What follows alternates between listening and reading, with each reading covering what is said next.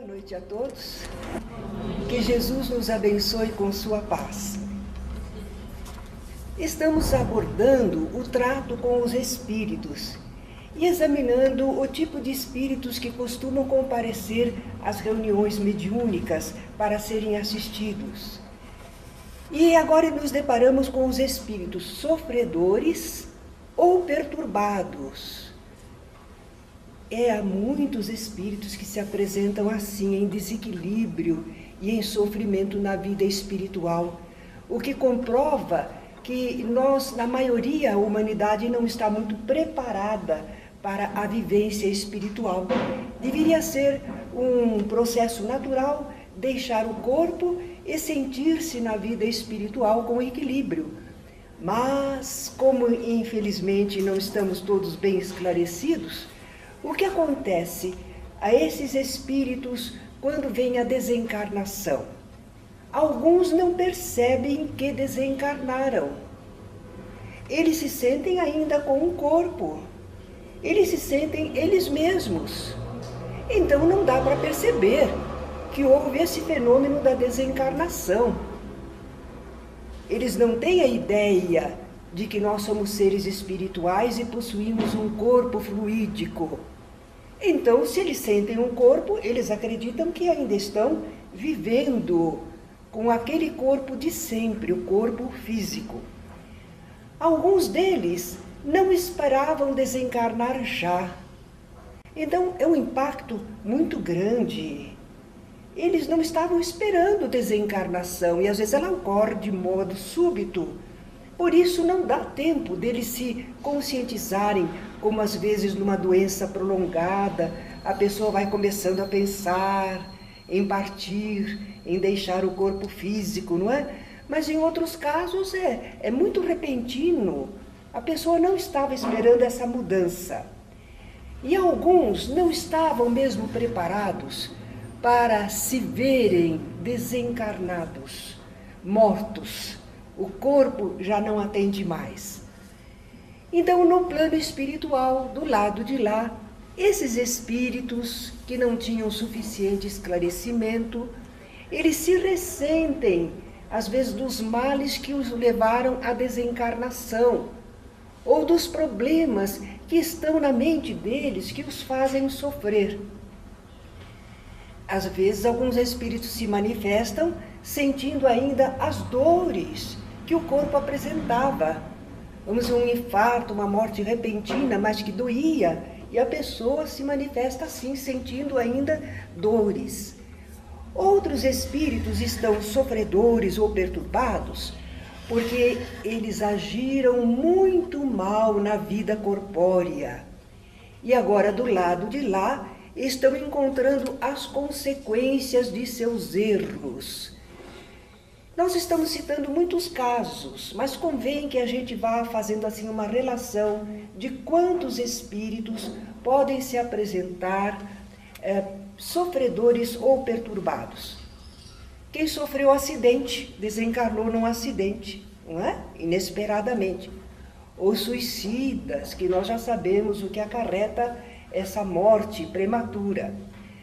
Avarentos, egoístas, preguiçosos, déspotas. Talvez não seja tanto o corpo que os aflige, mas é como eles se sentem. Imagina, o déspota agora não pode mais mandar em ninguém, não é? Aquele preguiçoso se sente compelido a fazer alguma coisa, assim por diante. Materialistas, apegados a sensações físicas, esses também sofrem muito com a desencarnação. O alcoólatra quer continuar bebendo e não tem como satisfazer.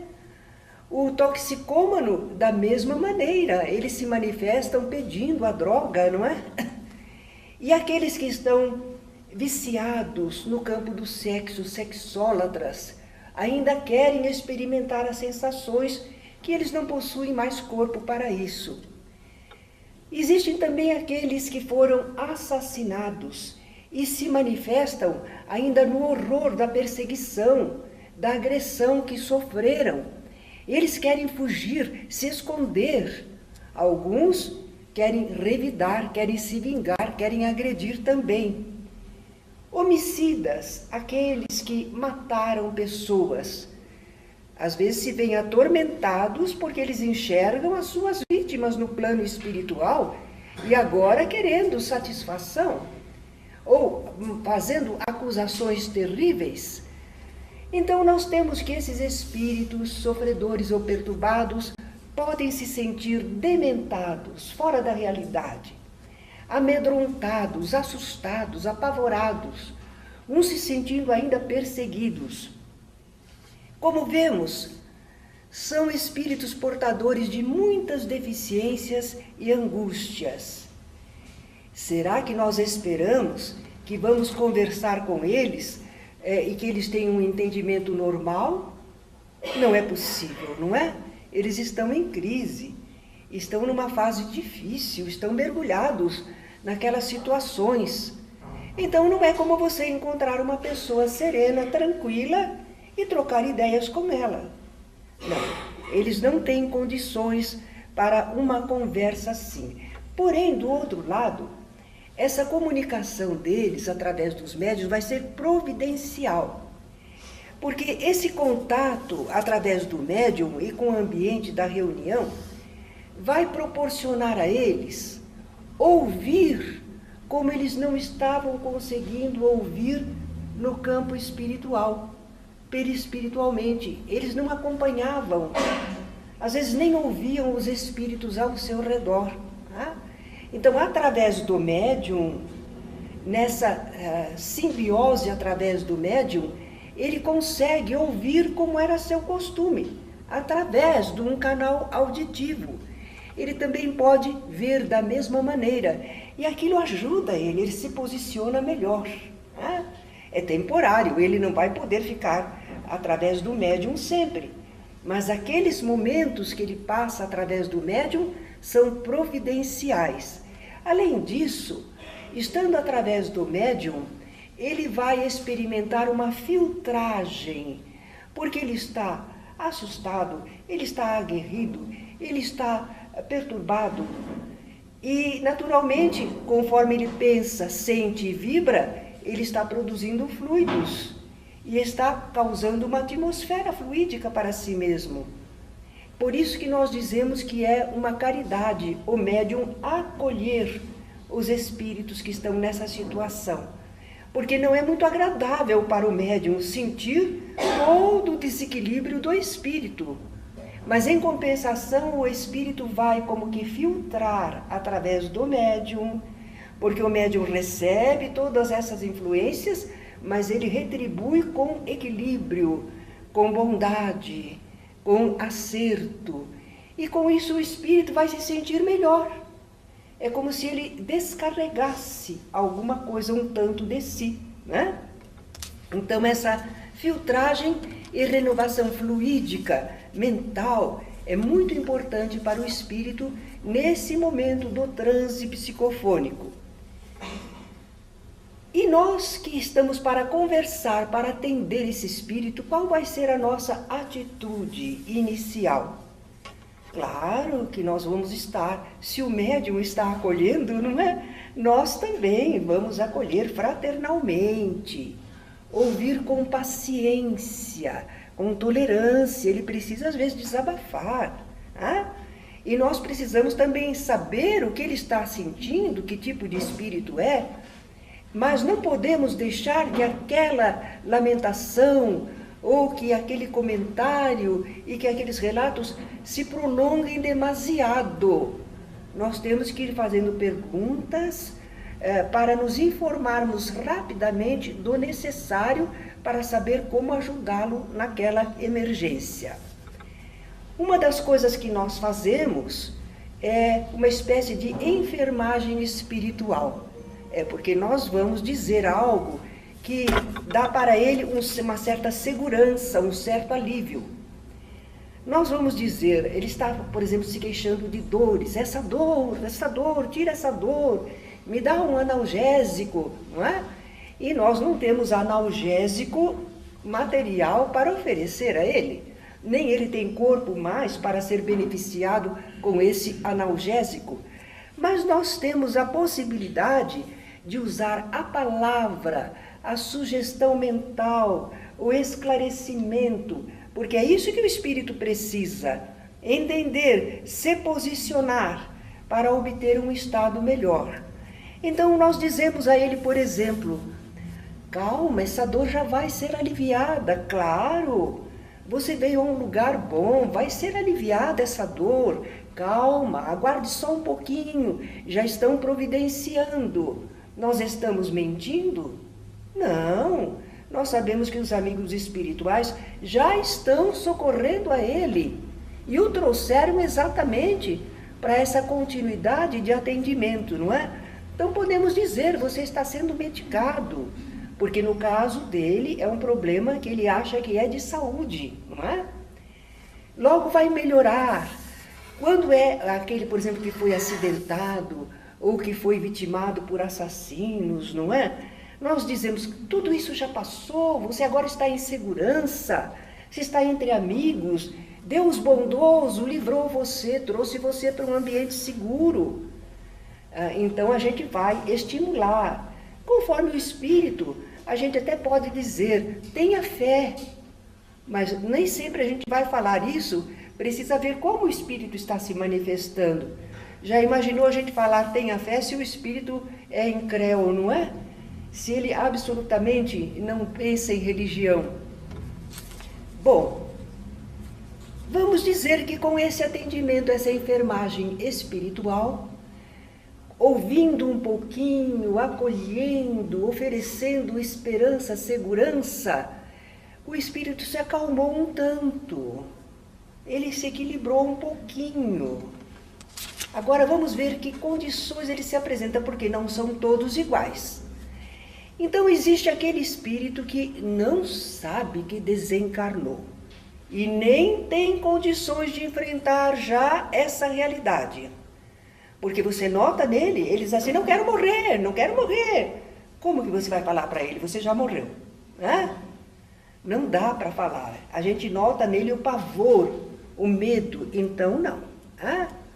Se ele não tem condições para enfrentar essa realidade, o que nós vamos fazer? Nós libertamos daquela ideia fixa que ele trazia, aquela preocupação, aliviamos as dores, ele se acalmou, nós demos esperança a ele de que vai continuar sendo atendido e vai melhorar cada vez mais. Isso era o que nós podíamos fazer. E em seguida? Em seguida nós vamos entregá-lo aos cuidados dos amigos espirituais que já estão por ali. Mesmo que ele ainda não perceba, não veja, não saiba, mas os amigos espirituais que o trouxeram estão por ali, não é? Agora, de repente, esses socorristas espirituais às vezes se fazem visíveis a ele. Ele diz, quem é que está aí? Essa pessoa que está aí está falando comigo, não é? Se for esse o caso, se ele perceber, às vezes ele não vê, mas ele diz, eu não vejo, mas eu sinto que estão me ajudando, porque nós não vemos só com os olhos, não é? Nós percebemos também a ajuda, presença, toques, não é? Assim ele pode perceber que o estão ajudando. Também pode ocorrer que depois disto já passou o pior. Eu estou atendido. Então pode ser que venha o sono, o relaxamento, não é? Espontaneamente. Ou então os amigos espirituais estão fazendo esse adormecimento, porque vão precisar transportá-lo, não é? Se isso se manifestar, nós percebermos essa sonolência no espírito, nós vamos acompanhar. Porque nós não podemos mais conversar com ele, porque em outros casos a gente não deixa dormir, a gente desperta, a gente quer conversar, mas nesse caso ele não tem condições, nós já vimos. Então, nós diremos a ele, repouse tranquilamente. Quando você acordar, você receberá a continuação dessa ajuda que você está precisando. Não vai faltar ajuda, não é? E deixamos ele, então, adormecer tranquilo. Um outro caso. O espírito não percebeu que desencarnou. Não percebeu. mas ele tem alguma condição para entender. Quando você começou a falar que Deus é bom, não desampara nenhum filho seu, não é? Que os mensageiros espirituais o trouxeram, ele às vezes até pergunta para a gente, o que é que você está querendo falar? Que eu desencarne, que eu morri? Ele vai dizer, né? A gente então vai dizer, não, morrer você não morreu, porque você está aqui conversando comigo, não é? Agora, aquele corpo que era uma veste, realmente, você tem razão, aquele corpo... Mas você percebeu, pelo tom com que ele falou, que ele não está apavorado, ele não está assustado, ele notou, ele percebeu, ele quer saber, não é? Nós então conduzimos o assunto para a imortalidade, ou convidamos ele a observar modificações em si mesmo, no ambiente. Ah? E se o espírito entendeu? Entendi. Ah? Claro que sempre a gente dá uma esperança, uma consolação, falar de Deus, que não vai haver separação para sempre, que Deus oferecerá condições de se encontrar com os seus queridos quando ele estiver melhor, não é? A gente pode afirmar isso sim, porque vejam, será que nós pensamos, Deus é tão bom, Deus é amor, e esses espíritos que servem ao Senhor também agem com esse amor, com essa compreensão. Esses espíritos sabem que aquele que desencarnou precisa muito, a hora que ele estiver em melhores condições, sentir os seus entes queridos, que os laços permanecem. Assim como os encarnados também vão precisar, e durante o sono talvez tenham encontros, só que nem sempre recordam ao retornar à vigília, não é? Mas Deus não separa totalmente os que se amam, a não ser que haja razões especiais, não é? Então a gente pode consolar esse espírito, alentar para o futuro, não é? Mas também nós agora podemos entregá-lo às equipes socorristas espirituais. Só que neste caso, a gente pode dizer tanta coisa. Você vai saber coisas mais importantes. E todas essas perguntas que você quer fazer, esses amigos espirituais vão responder melhor do que eu estou fazendo, não é? Nós temos aqui de Aurélio A. Valente um comentário sobre esse estado dos espíritos que se comunicam em grande necessidade. De quanta paciência deve revestir-se a nossa linguagem dirigida a um espírito perturbado, cheio de angústia. Isso é que é importante, que nós saibamos isso. É a fraternidade. Nós não estamos aqui para atender um espírito e nos desincumbirmos da tarefa, como se fosse um funcionário que está querendo se livrar das pessoas. Não, nós estamos aqui cheios de interesse fraterno. Então, muita paciência. Ele está perturbado, sofredor. Nós estamos bem. Então, cumpre que nós sejamos acolhedores, pacientes, não é? Imaginemos um homem caminhando despreocupadamente por uma estrada. Inesperadamente é acometido por uma síncope ou é vítima de um atentado. Perde os sentidos. Ao voltar a si, de quanto tempo necessita para coordenar suas ideias? Tudo lhe parece confuso, tudo lhe é estranho. Ao se indagar quem é, qual a família, onde mora, com muita dificuldade receberemos as respostas. Às vezes até o próprio nome não sabe dizer. Não é verdade? Isso acontece. Pessoas que desmaiam, na rua tem uma síncope, sofreu um atropelamento, fica meio bobo, meio fora de si, não é? E então nós podemos fazer uma ideia. Os próprios habitantes do além dizem que essa é a situação de um recém-desencarnado. Um ou outro será aquele espírito que já tem uma certa preparação, né? Passa pela transição da desencarnação com equilíbrio, mas a grande maioria não é? Muitos deles vagam no espaço julgando-se vivos. sem conhecerem sua nova situação. É curioso isso. Kardec comenta no livro dos Médiuns como os espíritos muitas vezes não se dão conta realmente de que desencarnaram. A vida para eles continua meio confusa, meio diferente, mas eles se sentem vivendo como viviam aqui na Terra. Mas como eles estão sem conhecer a sua nova situação, eles estão angustiados. Normais eles não estão. Eles estão angustiados, inseguros. Então é preciso que os dialogadores saibam falar com os irmãos invisíveis. Por isso é que a gente precisa de curso, não é? Que prepara os dialogadores, de orientação, esclarecimento. Porque também, se nós tomarmos uma pessoa que frequenta a casa espírita, conhece doutrina espírita, mas não é muito experiente no intercâmbio, e nós a pusermos para dialogar com os espíritos, ela não vai conseguir um atendimento, né? Por mais amor que ela tenha no coração, por mais vontade de acertar, mas ela não entende a situação do espírito. Ela não sabe o que acontece, como os espíritos amigos agem, o que pode dizer, o que não pode dizer. Olha outra situação. O espírito já sabia que era desencarnado. Ou então é aquele que ficou sabendo agora, mas não se desequilibrou por isso. Mas qual é o problema então?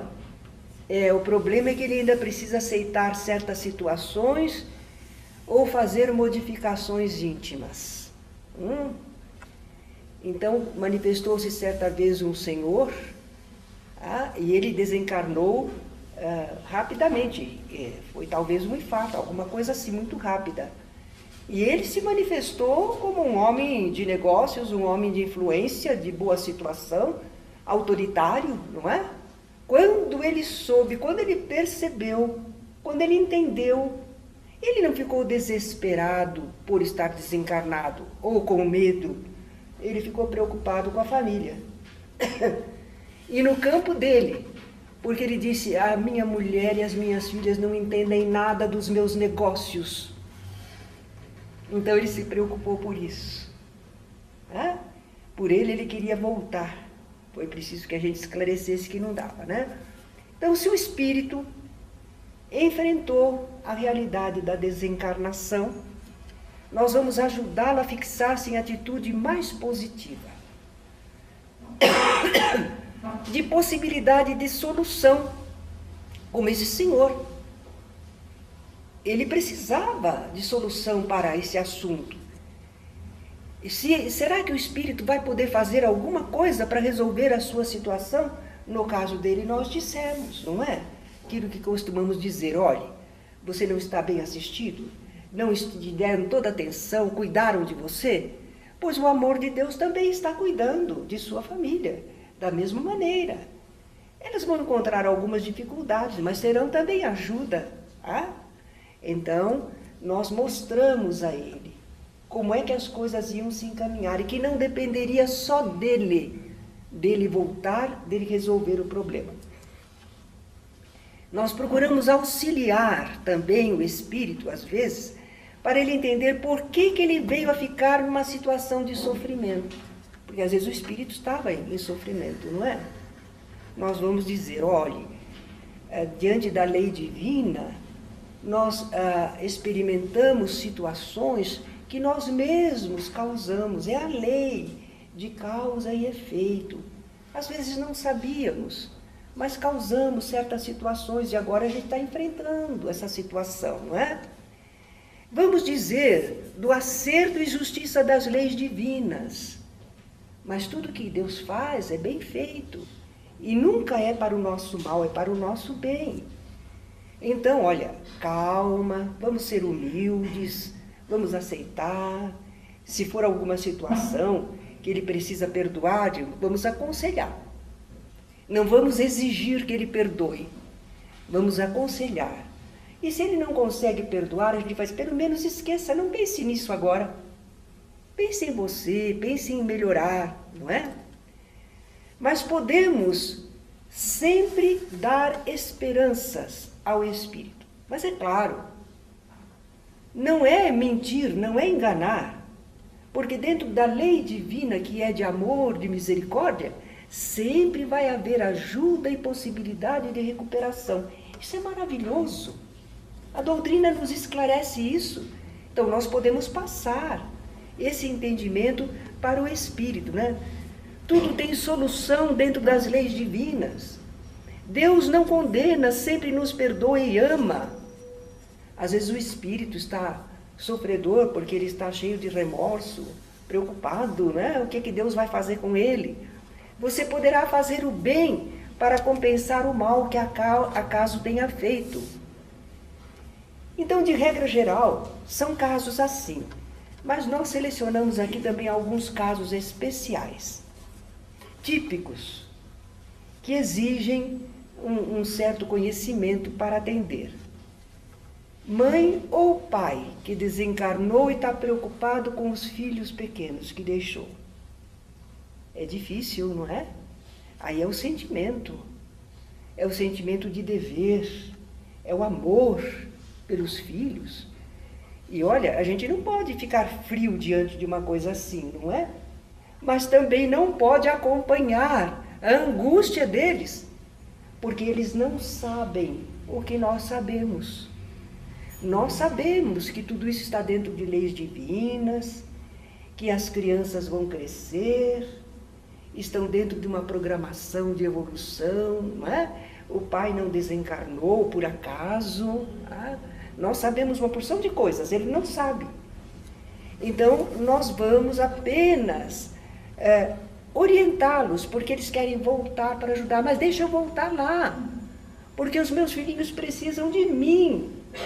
Depois eu venho aqui, a gente vai mostrar que não há possibilidade, não é? Vamos ver se eles não se desesperam, vamos ajudá-los. O nosso papel é esse. Vamos acalmá-los, assegurar, da mesma maneira como eles estão sendo socorridos, a bondade divina também providencia lá na vida terrena que os seus filhos recebam a ajuda de que precisam. Outro tipo é quando o espírito se sente como criança. O José atendeu vários casos, né, José? É muito interessante porque o espírito se manifesta como criança. Se nós percebemos que ele é mesmo alguém que desencarnou quando o corpo ainda era de pouca idade. Porque pode ser um espírito fingindo que é criança, hein? Mas fora isso, sendo realmente uma criança, ele ainda está naquele estágio. Ele é um espírito que já teve muitas vidas, muitas encarnações, pode ser desenvolvido intelectualmente, mas ele desencarnou naquela faixa de idade. Ele está todo imbuído daquela situação. Porque quando a gente reencarna, a gente passa por um procedimento especial, redução perispiritual, ligação com o corpo, estamos acostumados, acompanhando o desenvolvimento do corpo, limitados por ele. Então, terminou essa encarnação na idade de criança, a gente não muda de repente.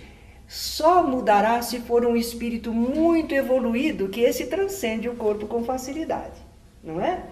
Mas a grande maioria não, vai continuar se sentindo como uma criança. Tá? Então, se sente como uma criança, é uma criança por causa da influência do corpo que deixou. Então, nós temos que tratá-lo como uma criança. Aliás, como nós devíamos tratar as crianças, respeitando a criança, mas falando na linguagem dela, dentro do mundo que ela conhece, não é? Nós podemos falar dos valores do bem para uma criança, que a criança, sendo o espírito, ela vai sentir, vai entender, mas não elaboradamente, que aí a criança não acompanha. Então a gente entra no mundo da criança. A gente vai dizer, o que aconteceu, meu bem? Você está sozinho?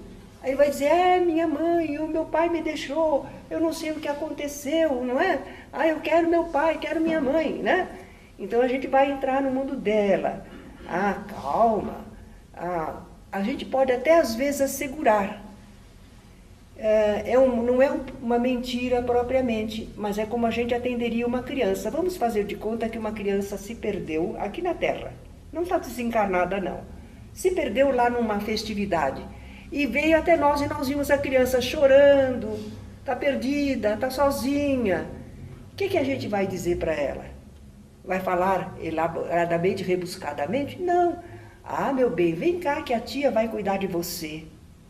Aqui nós já vamos achar já sua mãe. Logo ela vem. Ah, não chora não, não precisa. Não é? Nós vamos acalmar a criança. Aqui na Terra não fazemos isso? Vamos fazer com o espírito que se sente criança ainda, não é? Acalmar seus temores, atender suas necessidades, anunciar coisas novas e boas. Tá? Às vezes a gente pode sugerir, perguntar se está vendo alguma coisa, porque aquele espírito que desencarnou na idade da infância, no corpo, ele, entretanto, é um espírito desdobrado, perdeu o corpo, ele vive como espírito. E se não há complicações maiores, ele vai ver o ambiente. Então, a gente sabe que os amigos espirituais também já estão ali assessorando, não é? A gente diz assim, o que você está vendo? Ah, e muitas vezes o espírito da criança, entre aspas, não é? Ela percebe que existe alguma coisa onde há crianças ou alguém, um tio ou tia que está procurando chegar perto, se aproximar, não é? E a gente estimula a criança, então, a se endereçar. Uma das coisas que a gente pode fazer também para acalmar a criança é se ela aprendeu a orar. Eu não sei se os pais de hoje estão continuando naquela prática muito boa, né, que os pais antigamente tinham de fazer a criança orar, ensinar a criança a orar. Se a criança souber orar, a gente até pergunta, que oração você costumava fazer, não é? Que a mamãe lhe ensinou. Tá? E a gente então fale a oração, e a gente então endossa, acompanha, uma prece singela. Vai ajudar, certamente vai ajudar o estado mental e emocional. Pode ser também que a criança veja um familiar, uma pessoa conhecida, que foi bondosa com ela, não é? Mas o mais certo é que sejam espíritos desconhecidos. Não é tão usual que venham familiares, pessoas que ela conheceu. O mais usual é que um espírito bondoso se apresenta. Às vezes até a gente pergunta, como é esse tio? Você gosta? Ele está sorrindo para você?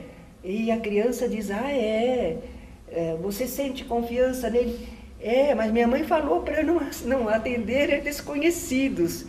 Mas esse não é desconhecido, está aqui no nosso ambiente, não é? Está aí para ajudar. É mesmo. E aí a criança às vezes acompanha. Então nós conseguimos o nosso objetivo, não é?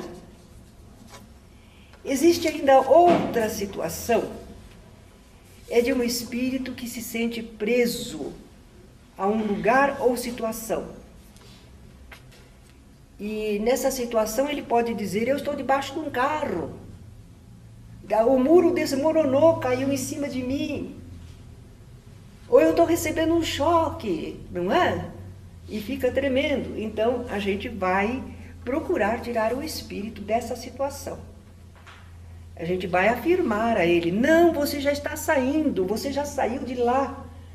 Imagine, Deus não ia deixar você, Deus ama todos os seus filhos, você é filho de Deus, Deus não ia deixar você lá, você já foi retirado. Mas ele diz, eu estou sentindo, porque ainda ficou no seu pensamento, mas você já está aqui junto comigo, está aqui ao meu lado, eu posso lhe dizer, aqui não tem incêndio, aqui não tem choque elétrico, não é? Então a gente assegura com firmeza. O espírito vai precisar dessa nossa firmeza, dessa nossa segurança. para ele se sentir seguro também, não é? Às vezes até a gente diz assim, você não percebeu? Retiraram você de lá, graças a Deus, você já saiu de lá. E é interessante, porque tudo aquilo está só na mente dele. Ele não está num incêndio, ele não está recebendo choque. Ele mentalmente está vivendo essa situação. Por isso essa sugestão boa e verdadeira vai funcionar, não é? Até que ele vai perceber que realmente está diferente, né? Mas também, às vezes acontece que o espírito se sente numa outra época.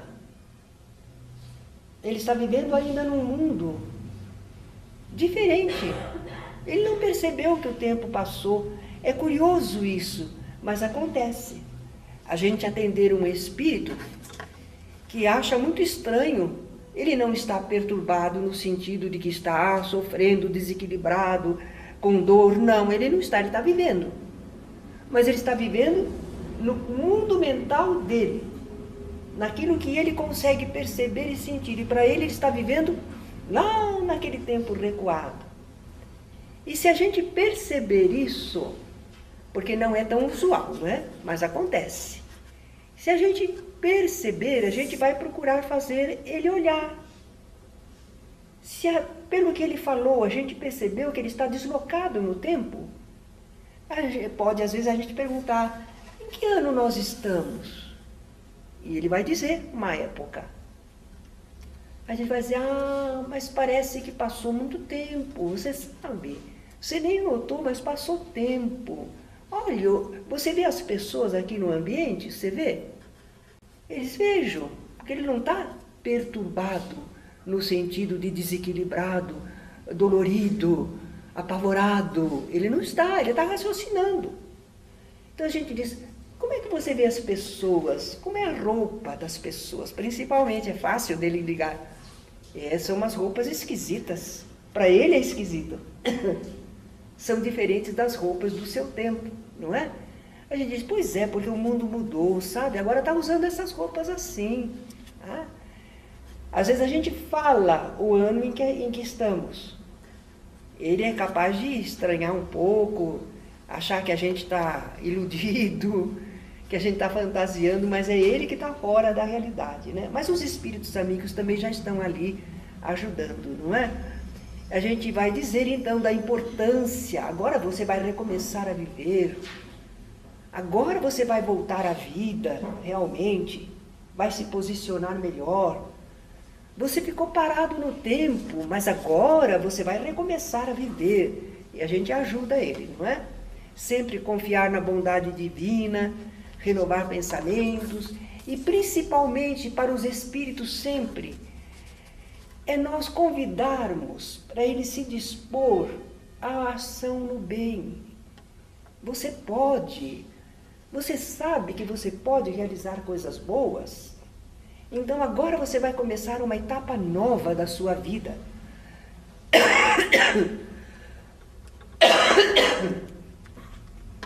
E os espíritos aceitam bem este estímulo para a renovação.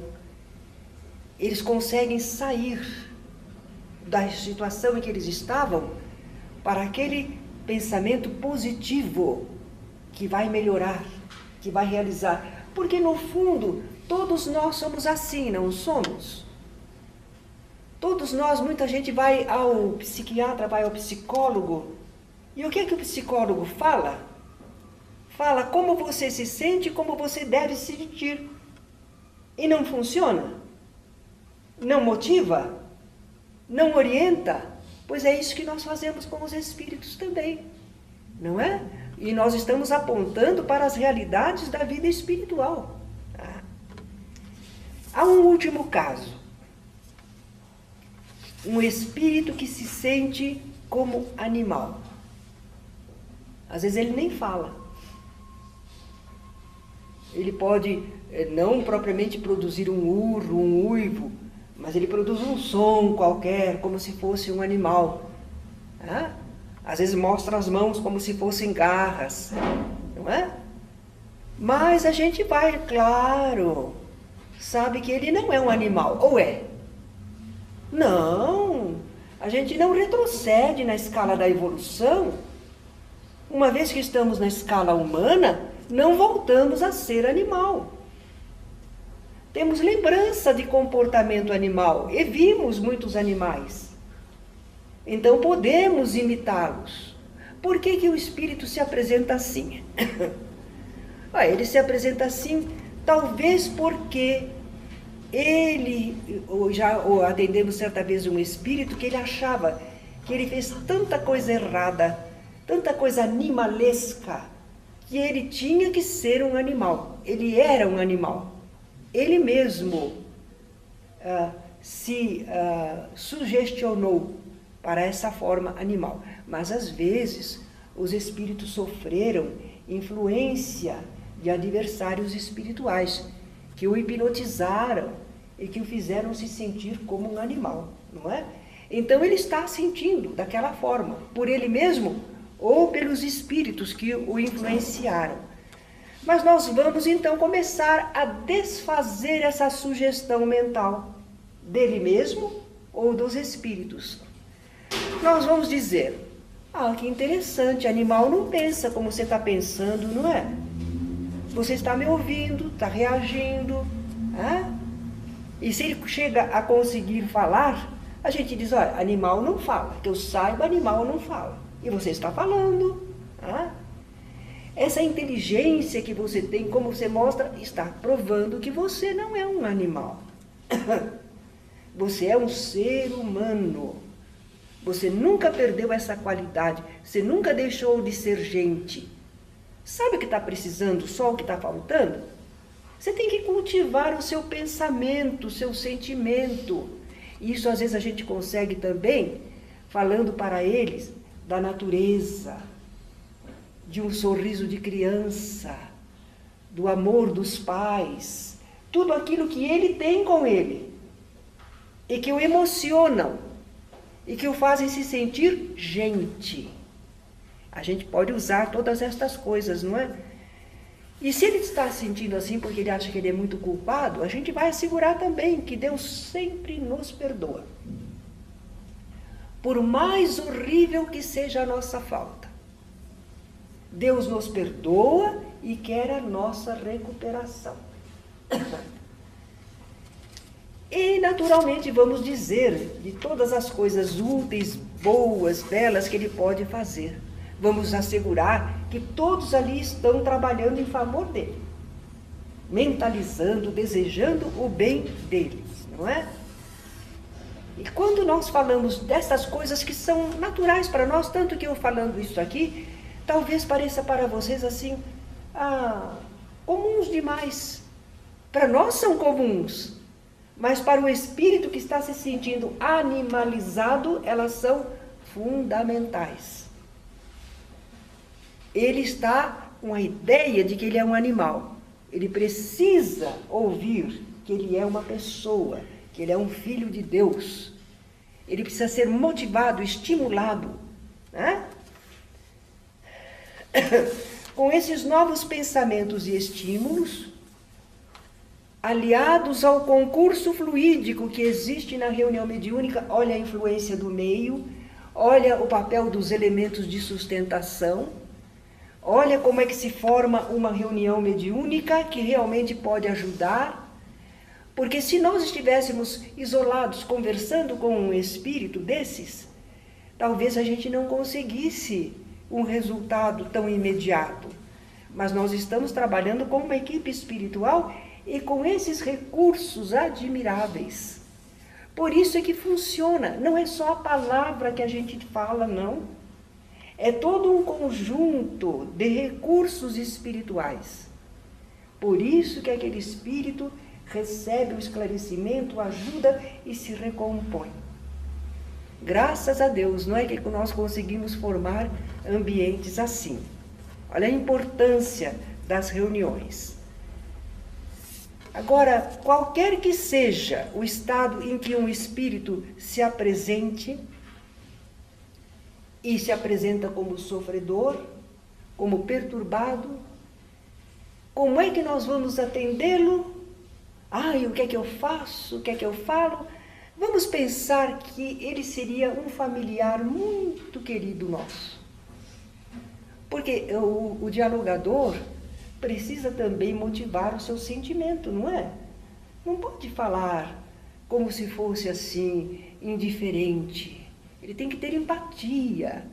Então, um dos meios é pensar, se fosse um ente querido meu, um irmão, um pai, um filho, uma tia, como é que eu me sentiria? O que eu faria? Então, o sentimento vem. E aí as palavras vão brotando, de acordo com o conhecimento que temos, não é?